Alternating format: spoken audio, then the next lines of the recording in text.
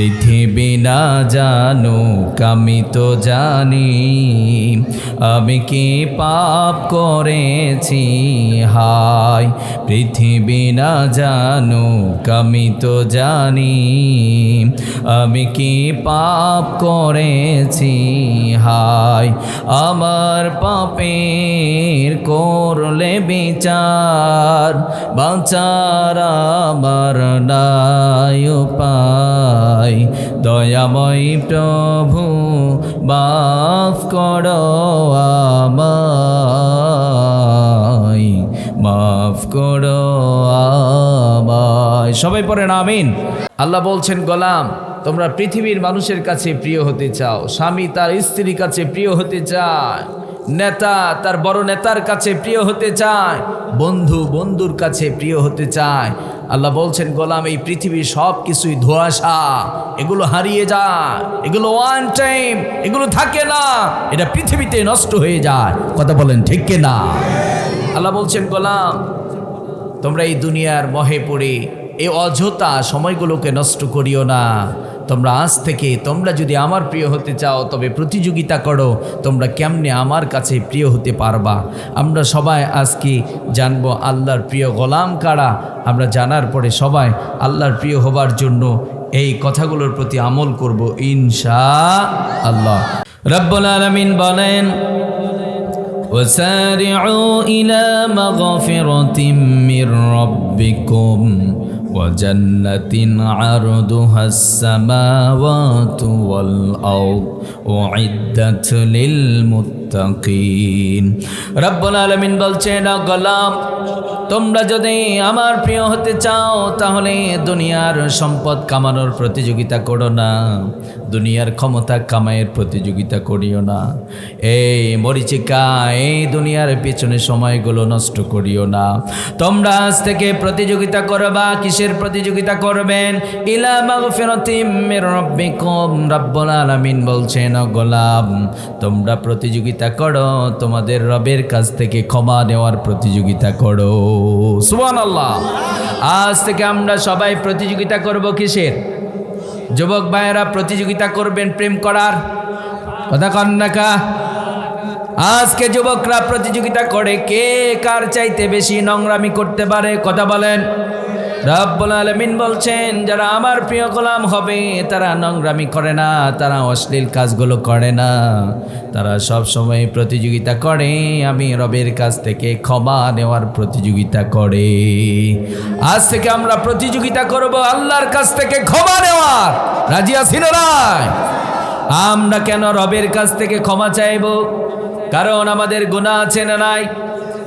যুবক ভাই আওয়াজ দিয়ে বলতে হবে, আমাদের গুনাহ আছে না নাই?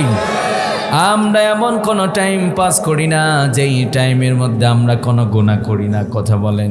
সব জায়গায় শুধু গুনাহ আর গুনাহ। মানুষ মানুষকে ঠকায়, চিটারি করে, বাটপাড়ি করে, জেনা করে, আছে না নাই? এই যে গুনাহগুলো করছেন, রব্বুল আলামিন বলছেন, গোলাম তোমরা এই গুনাহগুলোর কাছ থেকে ক্লিন হবার জন্য আমি রবের কাছ থেকে ক্ষমা নেওয়ার প্রতিযোগিতা করবা। কারণ এই অপরাধগুলো কেবলমাত্র আমি ক্ষমা করি। পৃথিবীর কোনো ব্যক্তি তোমার অপরাধগুলো ক্ষমা করতে পারবে? এই জন্য আমরা রবের কাছ থেকে ক্ষমা নিয়ে নেব। আজকে যারা অনেক গুনাহ করেছেন, আজকে হতাশ হয়ে গেছেন, আমার গুনাহগুলো রব্বুল আলামিন মাফ করবেন কিনা? রব্বুল আলামিন বলছেন, গোলাম তোমার মার মতো কিন্তু তোমাকে ভালোবাসি না। তোমার বাবা যেমন তোমাকে ভালোবাসে আমি কিন্তু তোমার বাবার মতো তোমাকে ভালোবাসি না। তোমার বাবার কাছে একবার, দুইবার, তিনবার অপরাধ করেছো, তোমাকে ঘাড় ধাক্কা দিয়ে বাড়ি থেকে বের করেও দিতে পারে। কথা বলেন। রব্বুল আলামিন বলছেন, গোলাম ওহুদ পাহাড় পরিমাণ অপরাধ করেছো, আমার কাছে তারাই সেরা যারা গুনাহ করার পরে আমার কাছে তাওবা করে। বনি আদমের মধ্যে তারাই সেরা যারা তাওবা করে আমি রবের কাছে ফিরে আসে, আমি রব তাদেরকে প্রিয় বানিয়ে নেই। সুবহানাল্লাহ।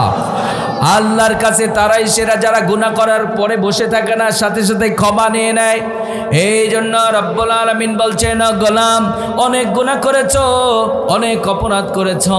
গুনাহ করার পরে তোমরা বসে থেকো না, হতাশ হইও না।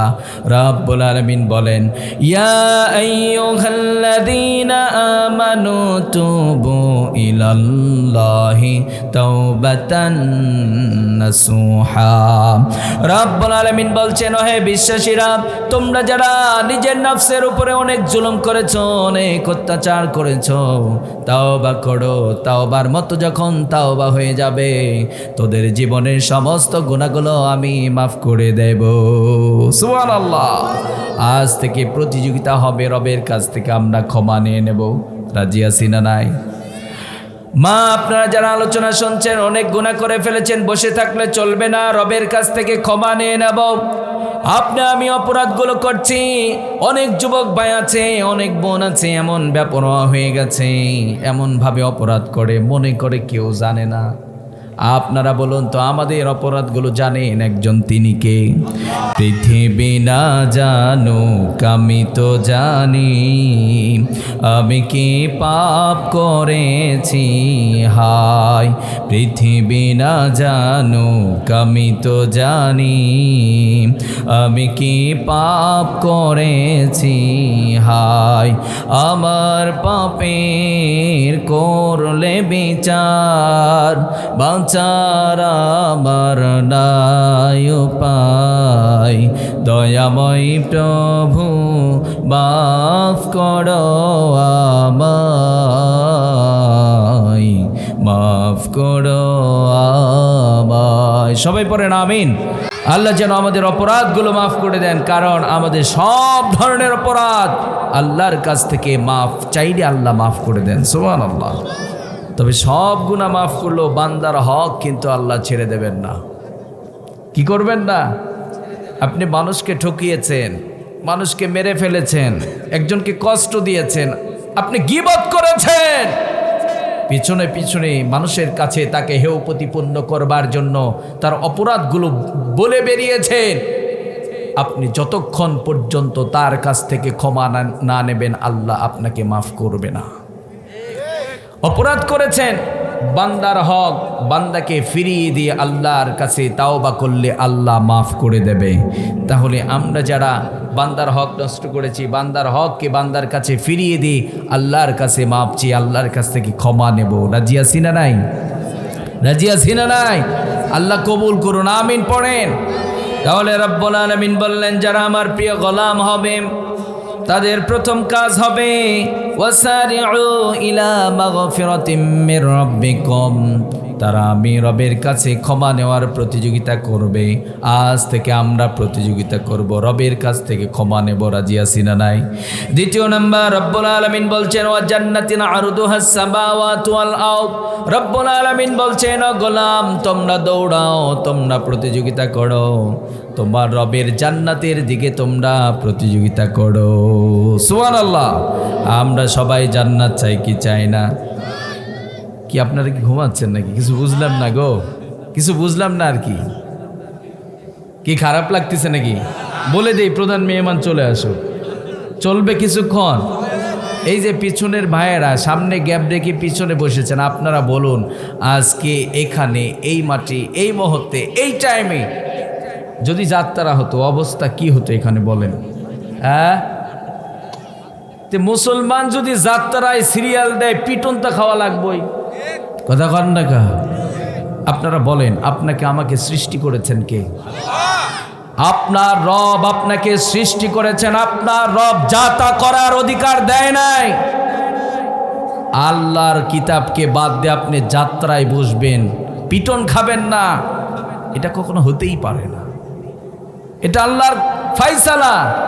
আল্লাহর কোরআন যারা মানবে না, কোরআনের বিরোধিতা করবে, তারা কখনো সম্মানিত হতে পারে না। কথা বলেন ঠিক কিনা? কারণ আমার রাষ্ট্র আমরা দেখেছি, দেশটি স্বাধীন হবার পর থেকে চোরদের মূল্যায়ন আছে, কিন্তু কোরআনের মুফাসসিরদের মূল্যায়ন ছিল না। কথা বলেন ঠিক কিনা? এই জন্য বারবার এই দেশটি দুর্নীতিতে চ্যাম্পিয়ন হয়, দেশের টাকা অন্য দেশে পাচার করে, তাদেরকে আমরা সম্মানিত করি। কথা বলেন ঠিক কিনা? আমরা জাতি হিসাবে কতটা ব্যর্থ আজ আমরা বুঝতে পারতেছি।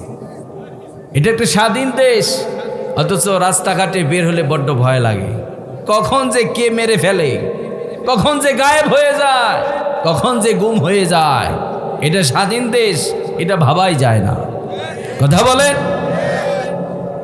এই জন্য প্রিয় ভাইয়েরা আমার, যাত্রায় মুসলমানরা সিরিয়াল দেয়। আবার আমাদের অনেক রাজনৈতিক নেতারা বলে বাংলাদেশে কেন শুধু তাফসির মাহফিল হবে, যাত্রা হবে, গান হবে, বাউল গান হবে, এ হবে সে হবে। আল্লাহর কসম করে বলছি, আপনি যদি মুসলমান দাবি করে থাকেন, আপনার রব বলেছে বাদ্যযন্ত্র হারাম, আপনি যদি সাপোর্ট করেন তাহলে আল্লাহর গোলাম আপনি নয়। কথা বলেন ঠিক কিনা? কথা বলেন ঠিক কিনা? আজ কি তামাশা চলছে, তাফসির মাহফিলে আসতে চায় না, তাফসির মাহফিলে মানুষ বসে না, গান বাজনায় ওখানে সিরিয়াল দেয়, ওখানে জায়গা দেওয়া যায় না। এই ভুল সিদ্ধান্তগুলো চেঞ্জ করতে হবে। আজকে তো আমরা এতটা কোরআন থেকে দূরে সরে গিয়েছি, আমাদের সন্তানরা আজকে আমাদের কাছ থেকে কোরআনও পায় না। কথা বলেন। আমাদের সন্তানরা আজকে আপনার আমার কাছ থেকে শিখছে কেমনে বিড়ি টানা, বা সন্তান বাবার কাছ থেকে বিড়ি টানানি শেখে। কথা বলেন। আজকে আমাদের মুসলমানের সন্তানরা বাবার কাছ থেকে গালি শিখে। কি শিখে? গালি মানুষের কাছ থেকে শেখে না, বাবার কাছ থেকে গালি শেখে, মার কাছ থেকে সন্তানরা গালি শেখে। আছে না নাই? মুসলমানের ফ্যামিলিতে আজকে ইসলাম চর্চা হয় না। আবার আপনি আমি জান্নাতে যাব, এটা কল্পনাই করা যায় না। কথা বলেন ঠিক কিনা? আমরা মুসলমান, আমাদের সন্তানরা আমাদের কাছ থেকে কোরআন পাবে। আপনি পিতা, আপনার সন্তানের একটা হক হচ্ছে আপনার সন্তানকে আপনি কোরআন শিখিয়ে দেবেন, সন্তানকে কোরআন দিয়ে দেবেন। এমনও পিতা আছে জন্মের পর থেকে সন্তান বাবার কাছ থেকে কোনোদিনও কোরআন শোনে নাই। এইরকম পিতা আছে না নাই? এইরকম পিতা আছে না নাই? বাবা কোরআন পড়তেই পারে না, এই জন্য মাঝে মধ্যে আমাদের সন্তানগুলো গান বলে। আমার বাবার মুখে প্রথম যেদিন শুনেছিলাম গান, সেদিন থেকে গানই জীবন, গানই আমার প্রাণ। আছে না নাই? বাবা গান শেখায় সন্তানকে। অনেক আধুনিক পিতা আছে, এরা মূর্খ, এরা কুকুরের চাইতেও নিকৃষ্ট। ওরা ওর সন্তানকে গায়ক নায়ক বানায়। কথা বলেন। ওটা কুকুরের চাইতেও নিকৃষ্ট, কারণ কুকুর গান বাজনা করে না। আপনারা মাইন্ড করতে পারেন, হুজুর এটা কোনো ভাষা হলো? হ্যাঁ, আল্লাহ নিজেই বলেছেন উলাইকা কাল আনআমি বাল হুম আদল। কিছু মানুষ এই পৃথিবীতে আছে যাদের বিবেক আছে, চিন্তা করে না, চোখ আছে দেখে না, কান আছে শোনে না, তারা কুকুর নয়, কুকুরের চাইতেও নিকৃষ্ট। কথাটা কার? কুকুর দাঁড়িয়ে থেকে প্রসাব করে না, মানুষ দাঁড়িয়ে থেকে প্রসাব করে। এই জন্য আল্লাহ বলেছেন কুকুর কথা বলতে পারে না। কুকুরের তোমার আমার বাক শক্তি নেই। কুকুর দাঁড়িয়ে থেকে প্রসাব করলেও মানুষ দাঁড়িয়ে থেকে প্রসাব করতে পারে না। কথা বলেন। আজকে অনেক পিতা আছে সন্তানকে গান বাজনা শেখায়, নারী পুরুষ অবাধে চলাফেরা করানোর জন্য উদ্বুদ্ধ করে। আছে না নাই? আপনার সন্তান আপনার কাছ থেকে যদি কোরআন শিখে ফেলত, আপনার সন্তান এই গানটি বলতো না, এবার গান বলবে। আমার বাবার মুখে প্রথম যেদিন শুনেছি কোরআন, সেদিন থেকে কোরআনই জীবন, কোরআনই আমার প্রাণ। সুবহানাল্লাহ, কি চমৎকার একটা গান না? যে সন্তান বলবে বাবার কাছ থেকে আমি কোরআন শিখেছি, সন্তান বলবে আমার বাবার কাছ থেকে আমি নামাজ পেয়েছি, সন্তান বলবে আমার বাবার কাছ থেকে আমি জিকির পেয়েছি। কিন্তু এমন কপাল পোড়া মুসলমান, সন্তান ভূমিষ্ঠ হওয়ার পরে তাওহীদের বাণী মুসলমানেরা জানে না। কথা বলেন। আমরা এমন মুসলমান হুজুরদেরকে দেখতে পারি না, সন্তান ভূমিষ্ঠ হবার পরে আজান দেওয়ার জন্য মলবি ভাড়া করা লাগে। কথা কন। কথা বলেন। সন্তানের কানে আজান দেবে, একামতের শব্দগুলো শুনিয়ে দেবে, মসজিদে গিয়ে ইমাম সাহেবকে বলে, মুয়াজ্জিন সাহেবকে বলে হুজুর একটু চলেন। আবার তারাই আবার হুজুরের বিরোধিতা করে। আমরা যে কত বড় বোকা। কথা বলেন। হুজুরের দরকার আছে। তাহলে আমাদের সন্তানগুলোকে ভালো বানাবার জন্য কোরআন এবং সুন্নাহ শিক্ষা দিতে হবে। আমি কখনোই বলি না যে আমাদের ছেলেরা ডাক্তার হবে না, মাস্টার হবে না।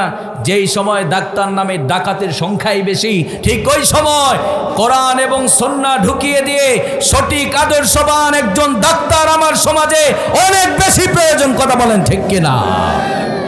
বাংলার জমিনে এমনও ইঞ্জিনিয়ার আছে টাকার জন্য যারা কালভাটে রডের জায়গায় বাঁশ ঢুকিয়ে দেয়, ঠিক ওই সময় চোর আর বাটপার ইঞ্জিনিয়ারের কাছ থেকে আমার দেশকে রক্ষা করবার জন্য একজন আদর্শবান ইঞ্জিনিয়ারের খুব বেশি প্রয়োজন। কথা বলে ঠিক কিনা? কারণ কোরআন শিখিয়ে দেবে। আপনার সন্তান ডাক্তার হবে, আপনার সন্তান মাস্টার হবে, কোনো সমস্যা নেই। কোরআন যদি আপনার সন্তানের হৃদয়ের মধ্যে ঢুকিয়ে দিতে পারেন, কোরআন শিখিয়ে দেবে হুদাল লিন্নাস ওয়া বাইনাতিম মিনাল হুদা ওয়াল ফুরকান। কোরআন শিখিয়ে দিচ্ছে কোরআন হচ্ছে হিদায়াত, কোরআন হচ্ছে আলো, কোরআন জান্নাতের পথ দেখিয়ে দেবে। আর কোরআন পার্থক্য করে দেবে ন্যায় এবং অন্যায়, সত্য এবং মিথ্যা, চুরি ডাকাতি, যত খারাপ কাজ আছে সবগুলোকে আলাদা করে দেবে একটি কিতাব। সেটির নাম কি? নাম কি? বাংলার জমিনে চোর আছে, কোরআন বাস্তবায়ন যদি হয়ে যায়, আল্লাহ বলছেন ওয়াসারিকু ওয়াসারিকাতু ফাকতুউ আইদিয়াহুমা জাযাআম বিমা কাসাবা নাকালাম মিনাল্লাহ। কোরআন বলছে চোরের হাত কেটে দাও, আর চোর খুঁজে পাওয়া যাবে না। কথা বলেন। তাহলে সন্তানগুলোকে আমরা কোরআন দেব। আমরা সবাই যেখানে কোরআন থাকবে আমরা সেখানে বসে যাব ইনশাআল্লাহ। কারণ কোরআনের তেলাওয়াত মুমিন বান্দার ঈমানকে বৃদ্ধি করে দেয়। কোরআন যেখানে থাকে ওই জায়গাটা হচ্ছে আলোকিত জায়গা। যেখানে কোরআন থেকে আলোচনা হয়, কথা হয়, সেখানে আল্লাহ সুবহানাহু ওয়া তাআলা আসমান ফেরে তাদের প্রতি রহমত এবং বারাকা নাজিল করেন। এই কয়জন সুবহানাল্লাহ? হ্যাঁ, এই কয়জন?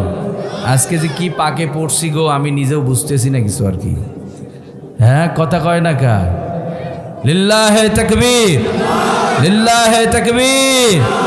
যুবক ভাইরা আছে নাকি? যুবক ভাইরা, যুবকরা আছে? যুবকরা সাড়া দেবেন। যুবক, আমার দেশ তোমার দিকে তাকিয়ে আছে। যুবকদের যত্ন নিতে হবে। এই যুবকরা আগামীর বাংলাদেশ, এই যুবকরা আগামীর বাংলাদেশ। আমাদের যুবকরা অনেক মেধাবী, তাদেরকে কাজে লাগাতে হবে। প্রতিটা যুবককে যদি আমরা কোরআন সুন্নাহর আলোকে পরিচালিত করতে পারি, তাহলে আমার দেশ একজন আদর্শ ডাক্তার খুঁজে পাবে, আমার দেশ একজন আদর্শবান শিক্ষক খুঁজে পাবে, আমার দেশ আদর্শবান একজন রাষ্ট্রপ্রধান খুঁজে পাবে। কথা বলেন ঠিক কিনা? আর এই যুবকদের যত্ন যদি না নেওয়া যায়, তাহলে কিন্তু এরাই হবে কালামানিক। কথা কন না কা? এরাই কালামানিক হবে। আজ কিছু কিছু যুবক বড্ড ভয়ঙ্কর হয়ে উঠেছে, কারণ যুবক পড়াশোনা করার পরে চাকরি নাই। যুবকের মাথায় টেনশন, ডিপ্রেশন। এতদিন পড়াশোনা করলাম, একটা মেয়েকে বিয়ে করব, ভালো একটা মেয়েও পায় না। যারা মেয়ে বিয়ে দিবে তারা বলে হারামখোর, সরকারি চাকরিজীবী না হলে আমি বিয়ে দিব না। আছে না নাই? আছে না নাই? সরকারি চাকরি, ছেলেটা যদি সৎ হয় বিয়ে দিতাম না। যদি ও মাসে নিচে উপরে সব দিক দিয়ে কামাই করে 2-4-5 লাখ টাকা কামাই করে, ওরে আমি মেয়ে দেব। আছে না নাই? আমরা আজ কতটা ব্যর্থ জানেন? আমরা কতটা ব্যর্থ। আমরা ভালো মানুষ খুঁজি না, আমরা সৎ মানুষ খুঁজি না। আপনার কলিজার টুকরা মেয়েকে একজনের হাতে উঠিয়ে দেবেন, সৎ মানুষ খুঁজবেন না আপনি? এই জন্য তো দেখা যায় পারিবারিক সম্পর্কের কোনো মূল্য নেই। কথা বলেন। বিয়ে হতেও দেরি হয় না, তালাক হতেও দেরি হয় না। কথা বলেন। কারণ ওনার টাকা আছে, মেয়ের তো আর অভাব নাই। বাংলার জমিনে আমাদের বোনদেরকে বলছি, বোন, আপনাদেরকে ইসলাম অনেক মর্যাদা দিয়েছে। ইসলাম ছাড়া আপনাদের মর্যাদা কেউ দিতে পারে নাই। কিন্তু আজ বড্ড কষ্ট হয়, 100 টাকার একটা গিফট দিলে আমাদের বোনেরা তার বেডে চলে যায়। কথা বলেন, কথা বলেন। যুবকরা ডাকবে, আরেকজন বোন সাথে সাথে চলে যাবে। ইসলাম তো এটা শেখায় না, বরং ইসলাম শিখিয়েছে যদি কোনো পুরুষ অবৈধের সম্পর্কে ডাক দিয়ে কোনো নারীকে ডাকে, বরং ওই নারীকে বলবে তুমি যদি আমার দিকে তাকাও তোমার চোখ উপরে টেনে ফেলে দেব। কারণ আমি জান্নাতের পথযাত্রী, আমাকে জান্নাতি হতে হবে। তুমি আমাকে জেনার জন্য ডাকছো, তোমার সাহস তো কম না। যদি আমাকে ভালো লাগে তবে বিয়ের প্রস্তাব নিয়ে আসো। যুবকরা বিয়ে করতে চায়। এই যুবক ভাইয়েরা, আপনারা বিয়ে করতে চান না? যুবকরা বিয়ে করতে চায়, কিন্তু আমাদের বাবারা বিয়ে দিতে চায় না। যারা বাবা আছেন তারা সন্তানকে বিয়ে দিতে চায় না। বাবারা চায় আমার ছেলে অবৈধ টাকার গাছ হবে, তারপরে তাকে বিয়ে দেব। কথা বলেন। অবৈধ টাকার, তারপরে তাকে বিয়ে দেব। কারণ বাংলার জমিনে চাকরি অবৈধ টাকা দিতে হবে, তবে চাকরি হবে। যাদের শিক্ষাগত যোগ্যতা আছে আমরা তাদেরকে চাকরি দিতে পারি না। কথা বলেন। আমাদের দেশে শিক্ষার কোনো মূল্য নেই। যেই জাতি শিক্ষার মূল্য দিতে পারে না, সে জাতি কখনো প্রতিষ্ঠিত হতে পারে না। আর শিক্ষা হবে জাতির উন্নতির জন্য। শিক্ষা কখনো টাকা কামায়ের উদ্দেশ্য হবে না। যেই শিক্ষা টাকা কামায়ের উদ্দেশ্য হয়, ওই শিক্ষা মানুষকে উপকার করতে পারে না। কথা বলেন। তাহলে শিক্ষা কিসের উদ্দেশ্য হবে? জাতির কল্যাণের উদ্দেশ্যে। এই শিক্ষা যেন হয় দুনিয়া এবং আখিরাতের মুক্তির জন্য। কথা বলেন। যুবক ভাই যারা আছেন, আমরা প্রত্যেকে একটা করে শক্ত সিদ্ধান্ত নেব, আপনার বোনকে পর্দা করাবেন। কারণ এই বোনেরা যদি ভালো হয়ে যায়, আমার দেশ ভালো সন্তান পাবে। কথা বলেন। আল্লাহ মায়েদের পেটটাকে খনি বানিয়ে দিয়েছেন। মায়েদের পেটের যত্ন নেন, তাদের পেট থেকে আবারও আল্লাহ আসবে। কথা বলেন। আর যদি বোনদের যত্ন না নেওয়া যায়, তাদের পেট থেকে কিন্তু খারাপ মানুষ আসবে, ভালো মানুষ আসবে না। কথা বলেন ঠিক কি না? এই জন্য মা আপনাদেরকে বলছি, স্বামীদেরকে বলবেন, আপনি মুসলমান, আপনার স্বামীকে বলবেন আমার জন্য পর্দার পরিবেশ করে দাও। ইসলাম তো মায়েদেরকে 3 ভাবে মর্যাদা দিয়েছে। কয় ভাবে? একটা নারীকে ইসলাম 3 ভাবে মর্যাদা দিয়েছে। ইসলাম এমন একটা সময় ছিল, যেই সময় মায়েদেরকে জীবিতই হত্যা করে দেয়া হতো, ঠিক ওই সময় মায়েদেরকে মৃত্যুর হাত থেকে বাঁচিয়ে দিয়ে একটা নারীকে 3 ভাবে ইসলাম মর্যাদা দিয়েছে। কয় ভাবে? প্রথমেই কন্যা হিসাবে ইসলাম মর্যাদা দিয়েছে। কন্যাকে লালন পালন করো, পিতাকে সুসংবাদ শুনিয়ে দেয়া হলো, তোমার সন্তানকে যদি তুমি লালন পালন করতে পারো, কন্যা সন্তানকে যদি ইলমে দ্বীন শিখিয়ে দিতে পারো, একজন মুত্তাকি পরহেজগার একটা ছেলের হাতে আপনার মেয়েকে যদি উঠিয়ে দিতে পারেন, বিশ্বনবী সাল্লাল্লাহু আলাইহি ওয়াসাল্লাম বলছেন আপনি ডিরেক্টলি জান্নাতের মালিক হয়ে যাবেন। সুবহানাল্লাহ। যার 2টা কন্যা সন্তান 2টা জান্নাত, যার 3টা কন্যা সন্তান 3টা জান্নাত। শুধু 3টা জান্নাত না, বিশ্বনবী সাল্লাল্লাহু আলাইহি ওয়াসাল্লাম এইভাবে 2টা আঙ্গুলি পাশাপাশি দাঁড় করিয়ে বললেন, 3 কন্যা সন্তানের পিতা আর আমি বিশ্বনবী পাশাপাশি জান্নাতে থাকব। সুবহানাল্লাহ। কন্যা সন্তানকে বাবা নিজেই নিজ হাতে হত্যা করে দিত। ইসলাম সর্বপ্রথম একটা নারীকে কন্যা হিসাবে মর্যাদা দিয়েছে। দ্বিতীয় স্টেপে ওই নারীটাকেই মর্যাদা দিচ্ছেন, স্ত্রী হিসাবে মর্যাদা দিয়ে দিচ্ছে। ইসলাম বলছে তুমি যদি বিয়ে করতে চাও তবে মোহর দিয়ে দাও। অর্ডারটা কার? বাংলার জমিনে মোহর দিতে হয় না, যৌতুক ছাড়া বিয়ে হয় না। কথা বলেন। বরং এমন মানুষ আছে বিয়ে করবার পরে 2টো বাচ্চা হয়ে গেছে, যৌতুকের জন্য স্ত্রীকে মাঝে মধ্যে পিটায়। এইরকম সুনামধন্য পুরুষ আছে না? না, ওরা সুনামধন্য না? হ্যাঁ, ওরে জাতির জন্য ভয়ঙ্কর রূপ ধারণ করেছে। যৌতুক ইসলাম হারাম করেছে। আমাদের বোনদেরকে বলছি, আপনাদেরকে পেটায়, মাঝে মধ্যে যৌতুকের জন্য পেটায়। আপনারা সবসময় ঝাড়ু রেডি করে রাখবেন। যৌতুকের জন্য আমারে পিটাও, 10 বছর হয়ে গেল, মোহর কই? কথা কর না কা? আমার অহংকারকে তুমি ফিরিয়ে দেবে না। মোহর হচ্ছে একটা নারীর অধিকার, মোহর হচ্ছে একটা নারীর অহংকার। বাংলা জমিনে কিছু শিয়াল আছে, মাঝে মধ্যে হুক্কি হওয়া করে ওঠে আর কি। মাঝে মধ্যে বলে আমরা হুজুররা চাই নারীরা ঘরের মধ্যে থাকবে, কিন্তু আমরা চাই নারীরা সমান অধিকার নিয়ে সমাজে চলবে। সমান অধিকারের দোহাই দিয়ে নারীদেরকে ঘর থেকে টেনে বের করে তারা ভোগের পণ্য বানাতে চায়। কথা বলেন ঠিক কিনা? কিন্তু ইসলাম চায় নারীরা কারো ভোগের পণ্য হবে না, বরং নারীরা রাজরানী হয়ে থাকবে। কথা বলেন। নারীরা থাকবে রাজরানী হয়ে। ওরা মাঝে মধ্যেই কথা বলে, সমান অধিকারের স্লোগান দেয়। বাংলার জমিনে যৌতুকের জন্য একজন বোনকে পিটানো হচ্ছে, আজও পর্যন্ত পিটানি বন্ধ করতে পারে নাই। কথা বলেন ঠিক কিনা? আল্লাহর কসম করে বলছি, তারা যদি নারী অধিকারের কথা বলতো, নারীর মর্যাদা প্রতিষ্ঠিত হোক, তারা যদি চাইতো, তাহলে বাংলার পার্লামেন্টে আইন জারি হতো, যৌতুক বন্ধ করে বাধ্যতামূলক মোহরের আইন করা হোক। কথা বলেন ঠিক কিনা? কারণ কোরআন বিধান দিয়ে দিয়েছেন মোহর দিতেই হবে, মোহর ফরজ, মোহর ছাড়া বিয়ে হবে না। ইসলাম দ্বিতীয় স্টেপে স্ত্রী হিসাবে মর্যাদা দিচ্ছে। আপনি বিয়ে করবেন, যৌতুক নিতে পারবেন না, আপনি মোহর দিয়ে দেবেন।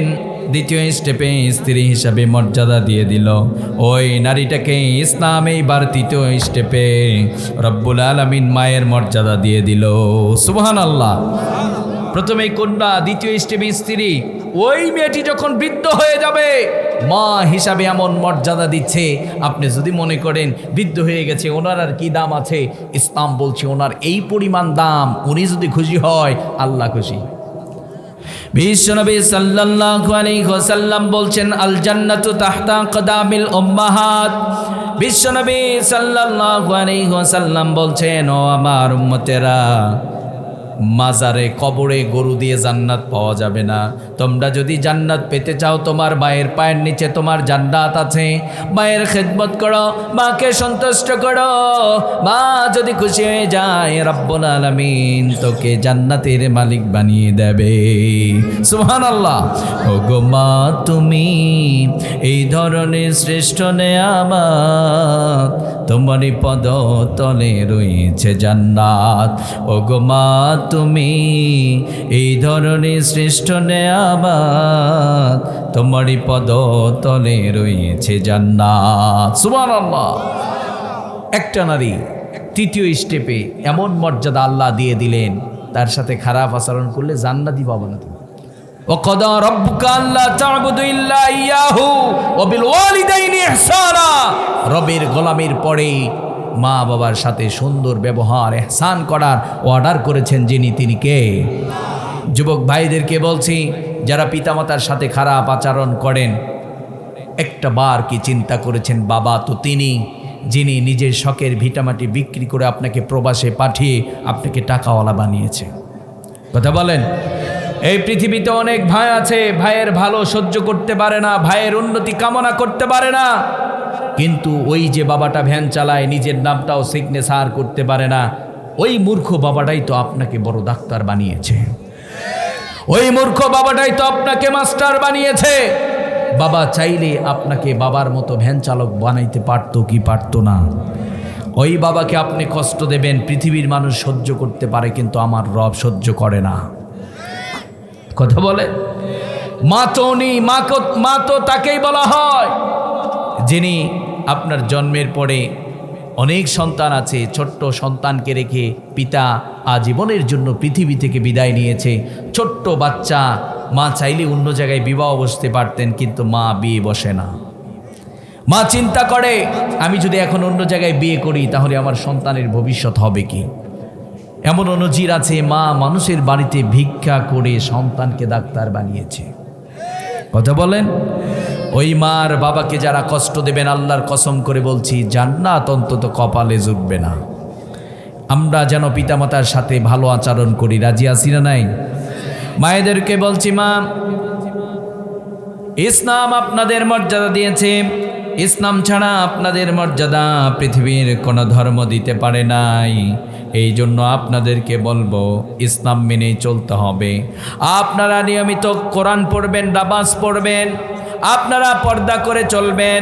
বিশ্বনবী সাল্লাল্লাহু আলাইহি ওয়াসাল্লাম বলছেন, ও মুসলিম নারীরা, তোমরা যদি 4টা আমল করতে পারো রব্বুল আলামিন তোমাদের জন্য জান্নাতের 8 দরজায় ওপেন করে দেবে। তোমাদের মন চাইবে যে কোনো দরজা দিয়ে তোমরা প্রবেশ করতে পারবা। আমাদের বোনেরা কয়টা আমল করবে? সবাই একটু বলবেন কয়টা আমল করবে? 4টা আমল করবে। আল মারাতু ইযা সাল্লাত খামসাহা ওয়া সামাত শাহরাহা ওয়া আহসানাত ফারজাহা ওয়া আতাআত যাওজাহা ফালতাদখুল মিন আইয়ি আবওয়াবিল জান্নাহ। বিশ্বনবী সাল্লাল্লাহু আলাইহি ওয়াসাল্লাম বলছেন, ও মুসলিম নারীরা, তোমরা যদি 4টা আমল করতে পারো রব্বুল আলামিন তোমাদের জন্য জান্নাতের 8 দরজায় ওপেন করে দেবে। 1 নম্বর, যেই মুসলিম নারীরা 5 ওয়াক্ত নামাজ আদায় করবে, কি করবে? আমাদের বোনেরা যদি 5 ওয়াক্ত নামাজ আদায় করে, অনেক বোন আছে অযথা সময়গুলোকে নষ্ট করে, টিভির পর্দার সামনে বসে থাকে, নামাজে রক্ত চলে যায়, নামাজ আদায় করে না, আছে না নাই? আমাদের বোনদেরকে বলবো আজ থেকে আপনারা টাইমলি নামাজ আদায় করবেন। 4টা কাজের মধ্যে 1 নাম্বার, যেই বোনেরা 5 ওয়াক্ত নামাজ আদায় করবে। 2 নাম্বার, রমাদানের সিয়ামগুলো আদায় করে দেবে। সামনে রমাদান মাস, রমাদানের সিয়ামগুলো রোজার আদায় করে দেবে। তৃতীয় নাম্বার নিজের লজ্জাস্থানে হেফাজত করবে।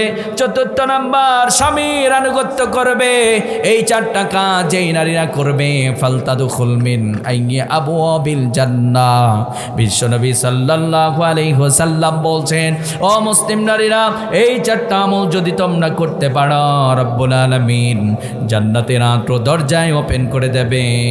তোমাদের মন চাইবে যে কোনো দরজা দিয়ে তোমরা জান্নাতে প্রবেশ করতে পারবা। সুবহানাল্লাহ। আমল কয়টা? আমাদের আধুনিক বোনেরা এই আমলগুলো করতে চায় না। অনেকে আবার নামাজ পড়ে, সিয়ামও রাখে।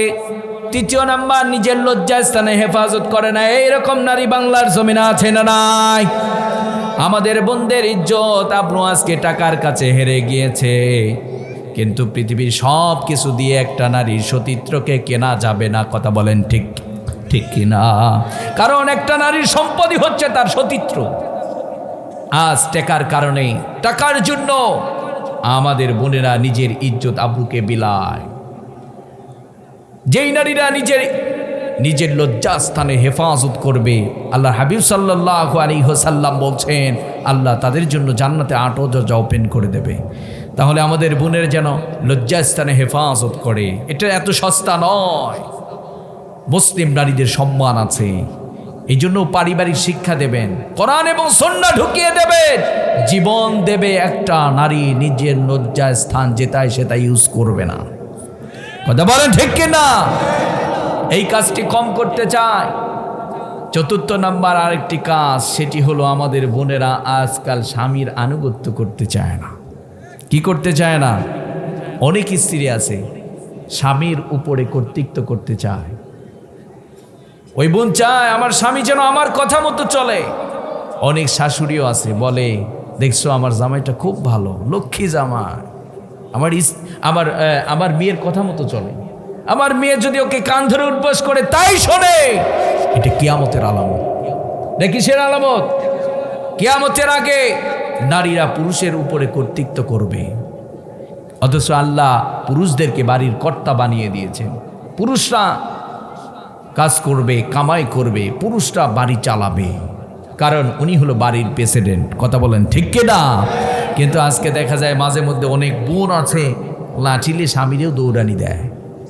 এটা হলো ডিজিটাল বাংলাদেশ, সমান অধিকার, তার প্রতিফলন আর কি। কথা বলেন। নারী হচ্ছে শান্তির কারখানা। আপনারা বলুন, আজকে নারীর মাঝে কি সুখ আছে?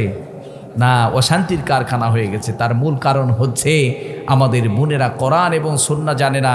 আমাদের বোনেরা চায় না স্বামীর আনুগত্য করি। কথা বলেন। আজ থেকে আমাদের বোনেরা স্বামীর আনুগত্য করবে। বিশ্বনবী সাল্লাল্লাহু আলাইহি ওয়াসাল্লামের স্ত্রীরা কিভাবে স্বামীর আনুগত্য করেছেন? বিশ্বনবী সাল্লাল্লাহু আলাইহি ওয়াসাল্লাম দিনের কাজে বাহিরে যেতেন, প্রতিদিন গভীর রাতে ফিরতেন। মা খাদিজাতুল কুবরা রাদিয়াল্লাহু তাআলা আনহা প্রতিদিন দরজায় যখন নক করতেন, সাথে সাথে দরজাটা ওপেন করে দিত বিশ্বনবী সাল্লাল্লাহু আলাইহি ওয়াসাল্লাম। একদিন মা খাদিজাতুল কুবরা রাদিয়াল্লাহু তাআলা আনহাকে বললেন, ও খাদিজা, আমি প্রতিদিন দরজা ওপেন করার জন্য দরজায় নক করে সাথে সাথে দরজা খুলে যায়, তুমি ঘুমাওনি, তুমি কি করো? মা খাদিজাতুল কুবরা রাদিয়াল্লাহু তাআলা আনহা বললেন, নবীজি, আপনি দিনের কাজে বাইরে থাকেন, কাফের মুশরিকরা আপনাকে কষ্ট দেয়, আপনাকে আঘাত করে, গভীর রাত হয়ে যায়। আপনি যখন দরজায় নক করেন, আমি যদি সাথে সাথে দরজাটা ওপেন করে না দিতে পারি, আপনি কষ্ট পাবেন, আমি এটা মেনে নিতে পারবো না। আমি কোনোদিন ঘুমাই না। আপনি যখন বাইরে থাকেন, আমি দরজায় পিঠ লাগিয়ে দাঁড়িয়ে থাকি। ও নবী, আপনি যখন দরজায় নক করেন, আমি সাথে সাথে দরজাটা ওপেন করে দেই। সুবহানাল্লাহ। আমাদের বোনদেরকে ওই খাদিজাতুল কুবরা রাদিয়াল্লাহু তাআলা আনহার জীবনী পড়িয়ে দেবেন।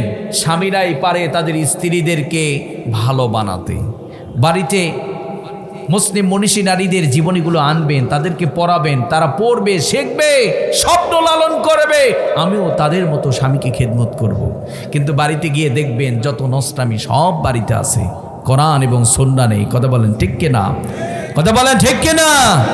তাহলে আমাদের বোনেরা এই চারটা আমল করলে রব্বুল আলামিন তাদেরকে জান্নাতের 8 দরজায় ওপেন করে দেবে। জান্নাতের যে কোনো দরজা দিয়ে তারা জান্নাতে প্রবেশ করতে পারবে। এই জন্য আমাদের মায়েদেরকে বলবো, কোরআন এবং সুন্নাহ মেনে দুনিয়ার লাইফটা সমাপ্তি করার দরকার আছে না নাই? প্রিয় ভাইয়েরা আমার, আবারও ফিরে যাই আমরা মূল আলোচনায়। রব্বুল আলামিন বলছেন, ও গোলাম তোমরা প্রতিযোগিতা করো, তোমাদের রবের কাছ থেকে ক্ষমা নেওয়ার প্রতিযোগিতা করো। ও জান্নাতিন আরদুহাস সামাওয়াতু ওয়াল আরদু, তোমরা জান্নাত পাওয়ার প্রতিযোগিতা করো। আমরা সবাই জান্নাত চাই কি চাই না? রব্বুল আলামিন বলছেন, মরণের পরে যারা জাহান্নাম থেকে মুক্তি পেল, জান্নাতে প্রবেশ করলো, তারাই বড় সফল হয়ে গেল। ফারিকুম ফিল জান্নাতি ওয়া ফারিকুম ফিস সাঈর। রব্বুল আলামিন বলছেন, যারা জাহান্নাম থেকে মুক্তি পেয়ে গেল, যারা জান্নাতে প্রবেশ করলো, তারাই বড় সফল হয়ে গেল। সুবহানাল্লাহ। তাহলে জান্নাত পাওয়াটা বড় সফলতা অর্জন করা। আবার রব্বুল আলামিন বলছেন, লা ইয়াস্তাওয়ি আসহাবুন নারি ওয়া আসহাবুল জান্নাহ, আসহাবুল জান্নাতি হুমুল ফাইজুন। রব্বুল আলামিন বলছেন, যারা জাহান্নামী আর যারা জান্নাতি তারা কবু সমান হতে পারে নাকি? রব্বুল আলামিন বলছেন, তারাই সম্মানী, তারাই সেরা, যারা জান্নাতি। সুবহানাল্লাহ। যারা জান্নাতি তারা সেরা। জান্নাত পাওয়াটা বড় সফলতা। আমরা সবাই সেই সফলতা চাই কি চাই না? চাই কি চাই না? আবার রব্বুল আলামিন বলছেন, ও গোলাম আরদুহাস সামাওয়াতু ওয়াল আরদ, তোমাদেরকে জান্নাত দেব। ওই জান্নাতটা কত বড় তোমরা জানো নাকি? ওই জান্নাতটা হচ্ছে আসমান এবং জমিন পর্যন্ত বিস্তৃত। সুবহানাল্লাহ। যুবক ভাইয়েরা, আমরা সবাই জান্নাত চাই কি চাই না? মরণ হবে কি হবে না? যৌবনে ভাটা পড়বে কি পড়বে না? কালো চুল সাদা হবে কি হবে না? যেই মাজাতে অনেক শক্তি ছিল, এটা একদিন বাঁকা হবে কি হবে না? আর জান্নাত পাওয়া যাবে আখিরাতে। কথা বলেন। তাহলে মরণের আগেই আমরা সবাই কবরে সামান ঠিক করে জান্নাতের জন্য আমাদের লাইফটাকে প্রস্তুত করব। আমরা রাজি আছি না নাই? যত খারাপ কাজ আছে সব খারাপ কাজ বাদ দিয়ে আমরা নিজেদেরকে জান্নাতের উপযোগী বানাবো। রাজি আছি তো? যুবক ভাইয়েরা রাজি আছি তো? আল্লাহ কবুল করুন, আমিন পড়েন। রব্বুল আলামিন বলছেন, উইদ্দাত লিল মুত্তাকিন। রব্বুল আলামিন বলছেন, ও গোলাম ওই জান্নাতে কারা প্রবেশ করবে তোমরা জানো নাকি? রব্বুল আলামিন বলছেন, উইদ্দাত লিল মুত্তাকিন, যারা মুত্তাকি, যারা পরহেজগার, যাদের হৃদয়ের মধ্যে তাকওয়া আল্লাহ আছে, তারাই ওই জান্নাতে প্রবেশ করবে। এখান থেকে পরিষ্কার বোঝা গেল, যারা জান্নাতে প্রবেশ করবে, আপনি চাইলেই জান্নাতে প্রবেশ করতে পারবেন না। আওয়ামী লীগের ভাইয়েরা যদি বলে আমি জান্নাতে যাব, আল্লাহ বলছেন নো, জান্নাতে যাইতে পারবা না। বিএনপির ভাইয়েরা যদি বলে তুমি জান্নাতে যাবে নাকি? বিএনপির ভাইয়েরা যদি বলে আমি জান্নাতে যাব, আল্লাহ বলছেন নো, তুমি জান্নাতে যেতে পারবে না।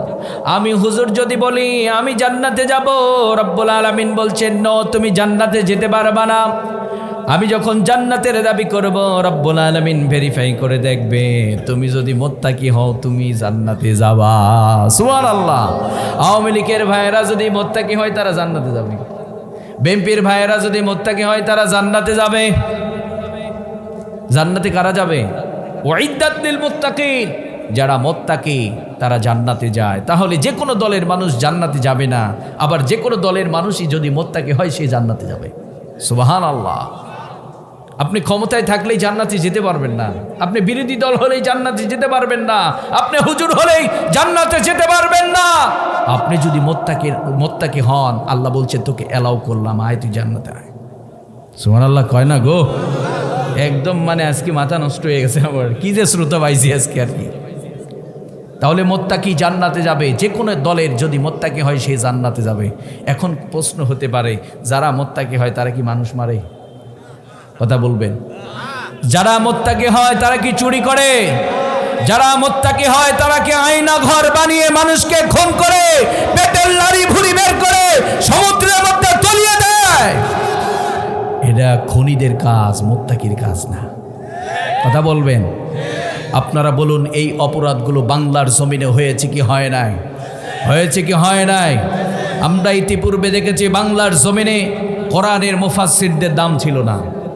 কথা বলেন। কোনো দাম ছিল না, বরং মুফাসসিরদেরকে বাংলার জমিন থেকে বিতাড়িত করা হয়েছিল। তারা মনে করেছিল বাংলার জমিন থেকে মুফাসসিরদেরকে উৎখাত করেছি, কোরআন থেকে মানুষকে টেনে নিতে পারবো। কিন্তু তারা আজ দূর থেকে হলেও দেখছে মুফাসসিরদের জনপ্রিয়তা পৃথিবীর কেউ কমাতে পারবে না। কারণ যেখানে কোরআন আছে সেখানে জোয়ার উঠবে। পৃথিবীর এমন কোন বাপের বেটা নেই সেই জোয়ার থামাতে পারে। কথা বলেন ঠিক কিনা? কারণ এই জোয়ার হচ্ছে জান্নাতে যাবার জোয়ার, এই জোয়ার হচ্ছে কোরআনকে প্রতিষ্ঠিত করবার জোয়ার। কথা বলেন ঠিক কিনা? আমরা সবাই আগামীর বাংলাদেশ কোরআনের বাংলাদেশ করতে চাই কি চাই না?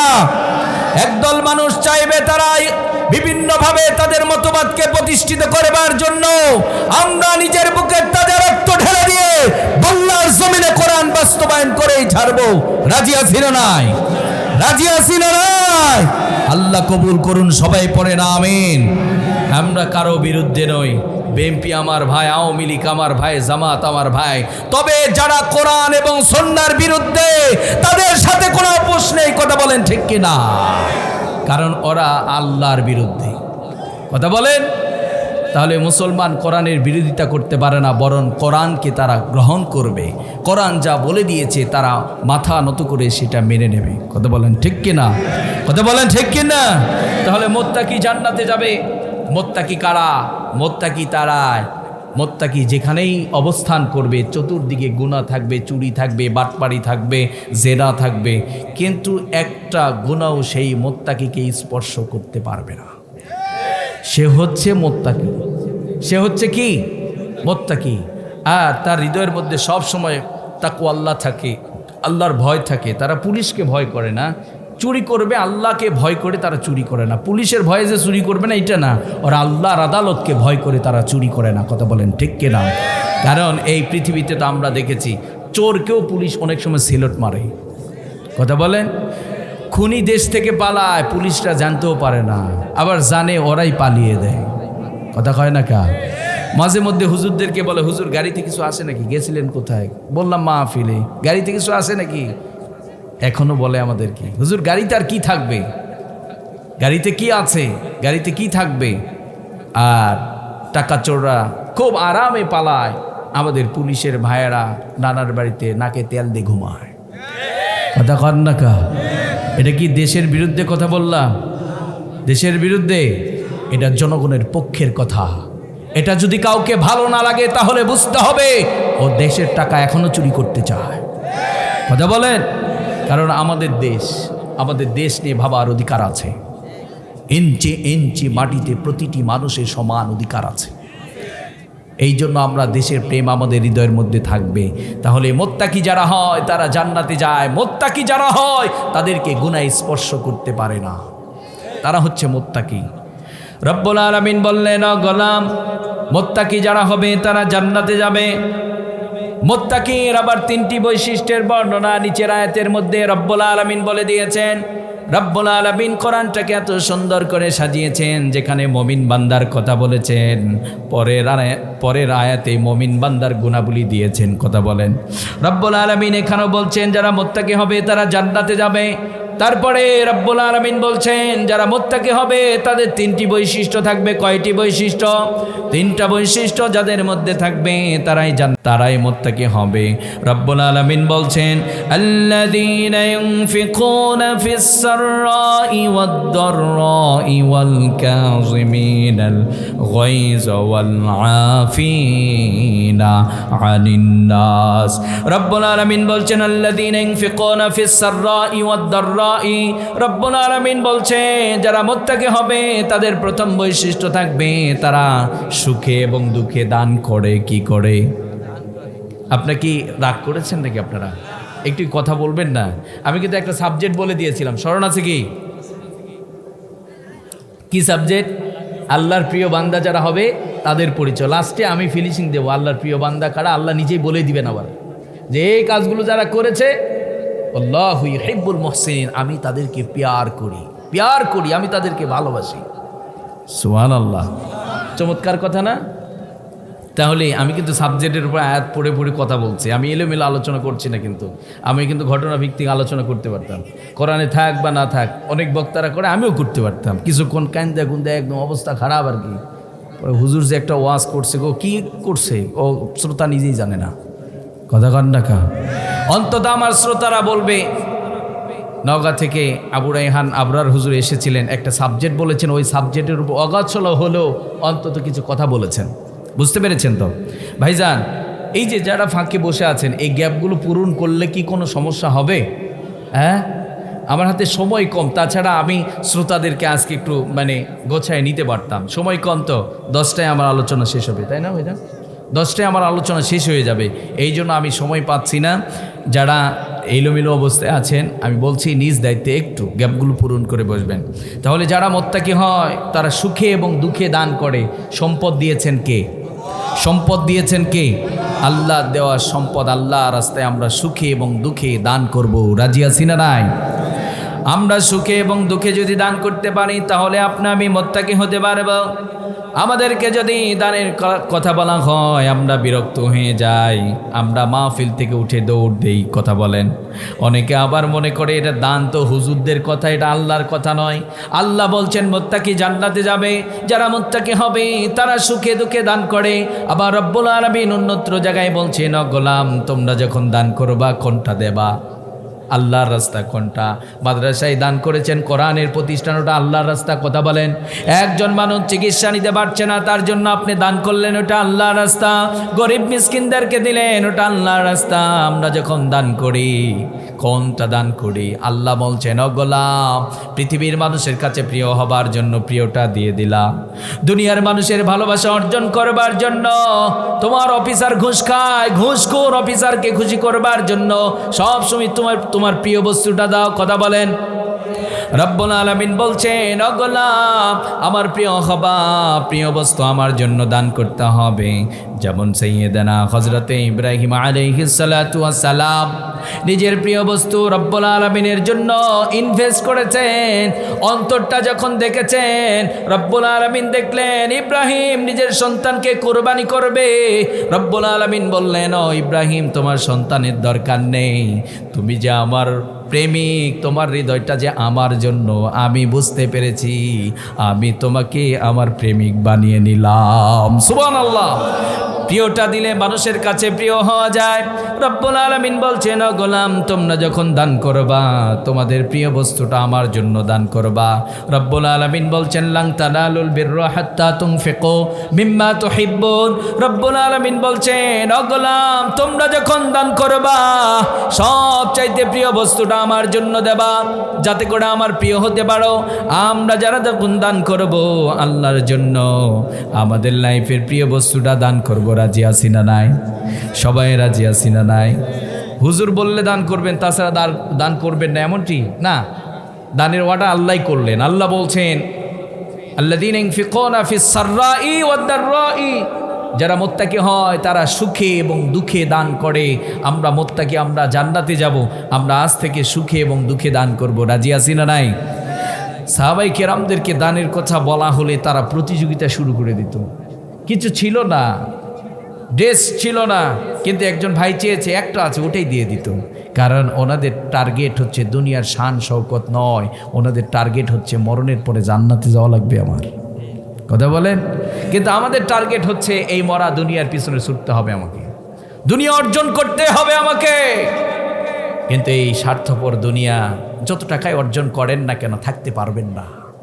এই পৃথিবীকে একদিন না একদিন বাই বাই টাটা বলতে হবে আপনাকে। কথা বলেন। যুবক ভাই, আজরাইল যখন আসবে, এসে কি জিজ্ঞেস করবে চলো যেতে হবে কবরে? জিজ্ঞেস করবে? যুবক যদি বলে, আজরাইল তুমি কি দেখো না, এখন মাত্র আমি চাকরি পেয়েছি, একটা মেয়ে ঠিক হয়েছে, বিয়ে করব 2 দিন বাদে, আমি এখন যাব না, আমি পরে যাব, আপনারা বলুন এই জিজ্ঞাসাটা করবে কি? এই ওয়েটা থাকবে?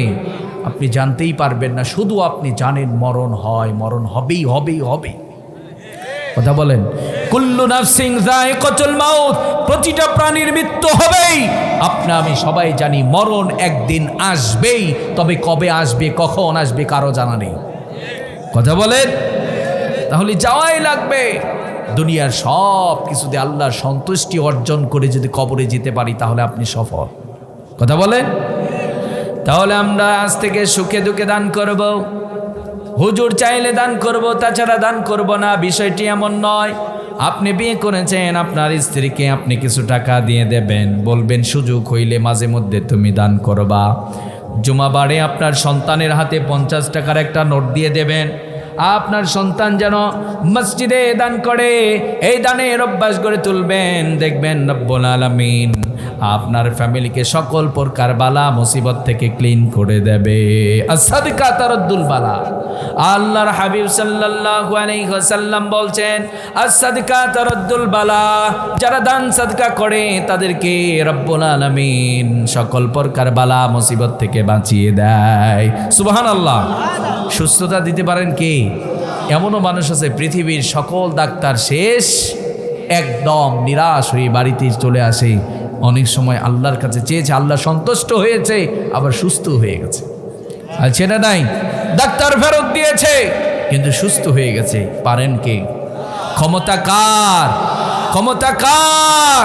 সে আল্লাহর ক্ষমতা আজও আছে না নাই? তাহলে আমরা আল্লাহর সন্তুষ্টির জন্য, আল্লাহর জন্য আমাদের প্রিয় বস্তুটা দান করি, আল্লাহর কাছে প্রিয় হতে চাই কি চাই না? রব্বুল আলামিন বলছেন দ্বিতীয় নাম্বার, ওয়াল কাযিমিনাল গায়জ।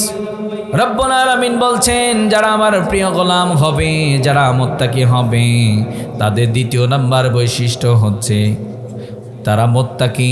তারা কথায় কথায় রাগিয়ে যায় না, বরং তারা রাগকে কন্ট্রোল করে। কি করে? ওয়াল কাযিমিনাল গায়জ। মুত্তাকিরা কথায় কথায় রাগিয়ে যায় না, তারা রাগকে কন্ট্রোল করে। যুবক ভাই, আল্লাহ আপনাকে আমাকে সোশ্যাল ম্যানার শিখিয়ে দিচ্ছেন, আপনাকে সুখী বানাবার জন্য, আল্লাহ আপনাকে ভালো রাখবার জন্য, ডিপ্রেশন মুক্ত বানাবার জন্য এখানে সুন্দর করে বর্ণনা করে দিয়েছেন, ওয়াল কাযিমিনাল গায়জ। তুমি কথায় কথায় রাখবা না, তুমি তো মুত্তাকি। যারা মুত্তাকি হয় তাদের মর্যাদা আল্লাহর কাছে অনেক বেশি, তাদের যে মর্যাদা বেশি। আর যারা সম্মানিত মানুষ হয় তারা কিন্তু কথায় কথায় রাগে না। কথা বলেন। যুবক ভাই যারা আছেন, আমরা সবাই সফল হতে চাই কি চাই না? আমরা সবাই সফল হতে চাই কি চাই না? যুবক, দুটো কাজকে নিয়ন্ত্রণ করতে হবে। কয়টি কাজ? আজ থেকে রাগকে কন্ট্রোল করবেন। আল্লাহ বলছেন ওয়াল কাযিমিনাল গায়জ। যারা মুত্তাকি হয় তারা রাগকে কন্ট্রোল করে। যুবক ভাইয়েরা রাগ কন্ট্রোল করবে, আর আমাদের বোনদের রাগ দিন দিন বাড়বে। আছে না নাই? আপনি যদি আপনার স্ত্রীকে একটা কথা বলে দেন, আপনার আর কি রাগ, তার চেয়ে আপনার স্ত্রীর বেশি রাগ। আছে না নাই? এখন মেয়েদের অনেক রাগ, এই জন্য দেখা যায় বিয়ে করেছে 6 মাস 1 বছর হয়েছে, ঠাস ঠুস তালাক, যা পরে কান্নাকাটি করে। আর ইমাম সাহেব হুজুরে বলে, হুজুর আমার স্ত্রীকে আমি অনেক ভালোবাসি হুজুর, রাগ করে তালাক দিছি হুজুর। তো রাগ করে যদি আপনি একটা মানুষকে মেরে ফেলেন, থাকতে পারবেন? ওই জায়গায় দাঁড়িয়ে থাকতে পারবেন? সাইটের লোকজন কি বলবে? ভাই পালাও, বাড়িঘর ছাড়ো, পালাও, মানুষ হত্যা করেছো, বাড়ি তার উঠতে পারবে না, তুমি ইন্ডিয়া পালাও। কথা কন না কা? তুমি মানুষ হত্যা করেছো, প্রশাসন তোমাকে ধরবে, ফাঁসির দড়িতে ঝুলাবে, তুমি দেশ ছাড়ো, পালাও। কথা বলেন। তো রাগের মাথায় মানুষ মরলে ওই জায়গায় টিকে থাকা যায় না, তো রাগের মাথায় তালাক দিয়েছেন, বউ কেমনে থাকে? কথা বলেন। যুবকরা হুটহাট রাগ করবেন না, রাগকে কন্ট্রোল করবেন। যারা মুত্তাকি হয় তারা রাগকে কন্ট্রোল করেন। কথা বলছেন কে? আল্লাহ বলছেন ওয়াল কাযিমিনাল গায়জ। মুত্তাকিরা রাগকে কন্ট্রোল করে। রাগ আর কাল বৈশাখীর ঝড় সেম। রাগ আর কাল বৈশাখীর ঝড় সেম। যখন কাল বৈশাখীর ঝড় ওঠে, দেখবেন বাড়িতে আছেন, কিছুই বুঝতে পারবেন না, ঝড় থেমে গেছে, গাছপালা ভেঙে একদম মেচাকা। রাগ উঠেছে, স্ত্রীকে তালাক দিয়েছেন, রাগের মাথায় মানুষকে লাথি দিয়েছেন, মানুষ মারা গিয়েছে, আপনার কোনো মনুষ্যত্ব কাজ করে নাই। যখন মাথা ঠান্ডা হবে তখন শুধু কান্না আর কান্না। কথা কয় না কা? কি যে রাগ, কি যে বাহাদুর, হাত ঝোঁকায়। কিন্তু মানুষ মরে গেছে, স্ত্রীকে তালাক দিছে, তারপরে দেখবেন শুধু কান্না করে। পাবনা থেকে এক ভাই আমাকে ফোন দিয়েছে, দিয়ে বলতেছে, হুজুর বউকে তালাক দিয়েছি। কেন দিলেন? কয় তালাক? হুজুর 3 তালাক দিতে পারবো, কিন্তু রাগের মাথায় 6টা দিয়ে ফেলছে হুজুর। কয়টা দিয়েছি? 6টা দিয়েছি। তো কেন দিলেন? হুজুর একটু আমি রাগ, আমি আর কি রাগ, আমার চেয়ে আমার স্ত্রী বেশি রাগ। এগুলো হাসির কথা না। আল্লাহ বলছেন ওয়াল কাযিমিনাল গাইজ। তুমি হুটহাট তোমার স্ত্রীকে তালাক দিয়ে তুমি পরে কান্না করবে, আল্লাহ এটা চান না। আল্লাহ আপনাকে সুখী বানাতে চান। কথা বলেন। আপনি মানুষের কাছে গিয়ে হেয় প্রতিপন্ন হবেন, আল্লাহ চান না। আপনি দুনিয়ার এই 60-70 বছরের লাইফটাকে অশান্তির আগুনে দাউ দাউ করে জ্বালাবেন। আল্লাহ বলছেন নো, বানিয়েছি আমি। তুমি কেমনে ভালো থাকবা, সুস্থ থাকবা, শান্তিতে থাকবা? পৃথিবীর কোনো কোম্পানি, কোনো ফ্যাক্টরিতে শান্তি কিনে পাওয়া যায় না। শান্তি দিলে আমিই দিই একমাত্র। টাকা হইলেই শান্তি হয়, ক্ষমতা হইলেই শান্তি হয়। দুনিয়ার সুন্দর একটা বউ পাইলে কি শান্তি হয়? অনেক সুন্দরী বইয়ের মালিক ও হুজুরকে গিয়ে বলে, হুজুর কি করব, বাড়িতে থাকবো না পালাবো কিছু বুঝতেই পারছি না হুজুর। বউটা যদি পাতিরের তলার মতো কালো হতো আর আমার কথা শুনতো, তাহলে আমি সুখী হতে পারতাম। কথা বলেন। দুনিয়ার কোনো মার্কেটে সুখ খুঁজে পাওয়া যায় না। আল্লাহ বানিয়েছেন। আল্লাহ বলছেন রাগ করিও না, রাগকে কন্ট্রোল করো। রাগ আসবে, তবে রাগকে কন্ট্রোল করতে হবে। আজ থেকে আমরা রাগকে কন্ট্রোল করব। রাজি আছি না নাই? তো ভাই আমাকে বলছিলেন রাগের মাথায় তালাক দিয়েছি। যুবকরা একটু রাগ বেশিই করে, কিন্তু আমাদের বোনদেরকে বলছি যদি স্বামী রাগ করে স্ত্রীকে চুপ থাকতে হবে। যদি স্ত্রী রাগ করে স্বামীকেও একটু চুপ থাকতে হবে।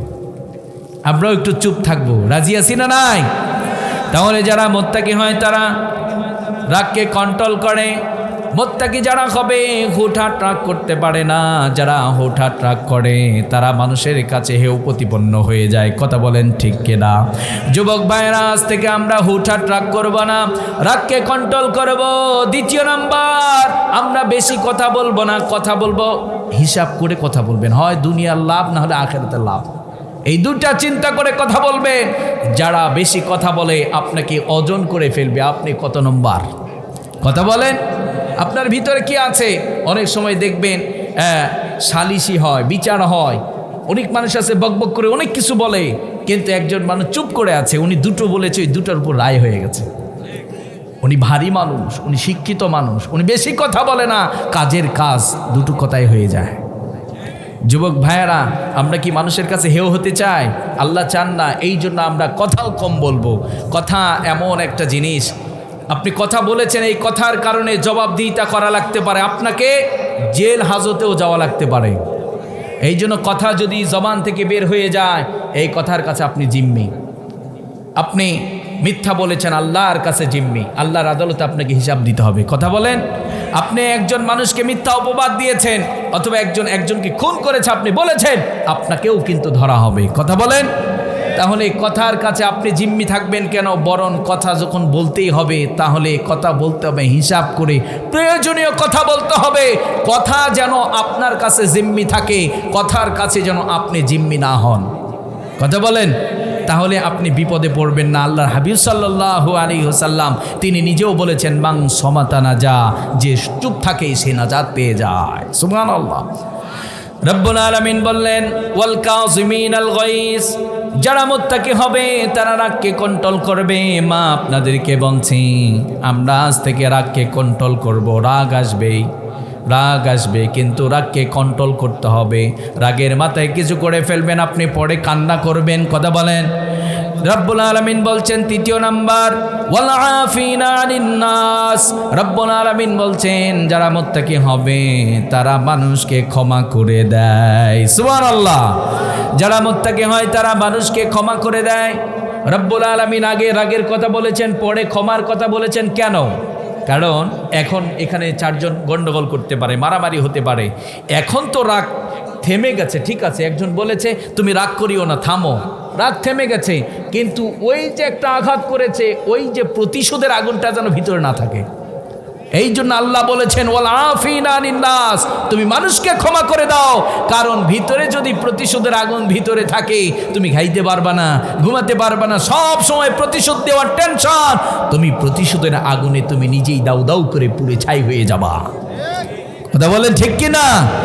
মুসলমানেরা প্রতিশোধ নেয় না, তবে কোরআন এবং সুন্নাহ দিনের বেলায় আপোষ করে না। কথা বলেন ঠিক কিনা?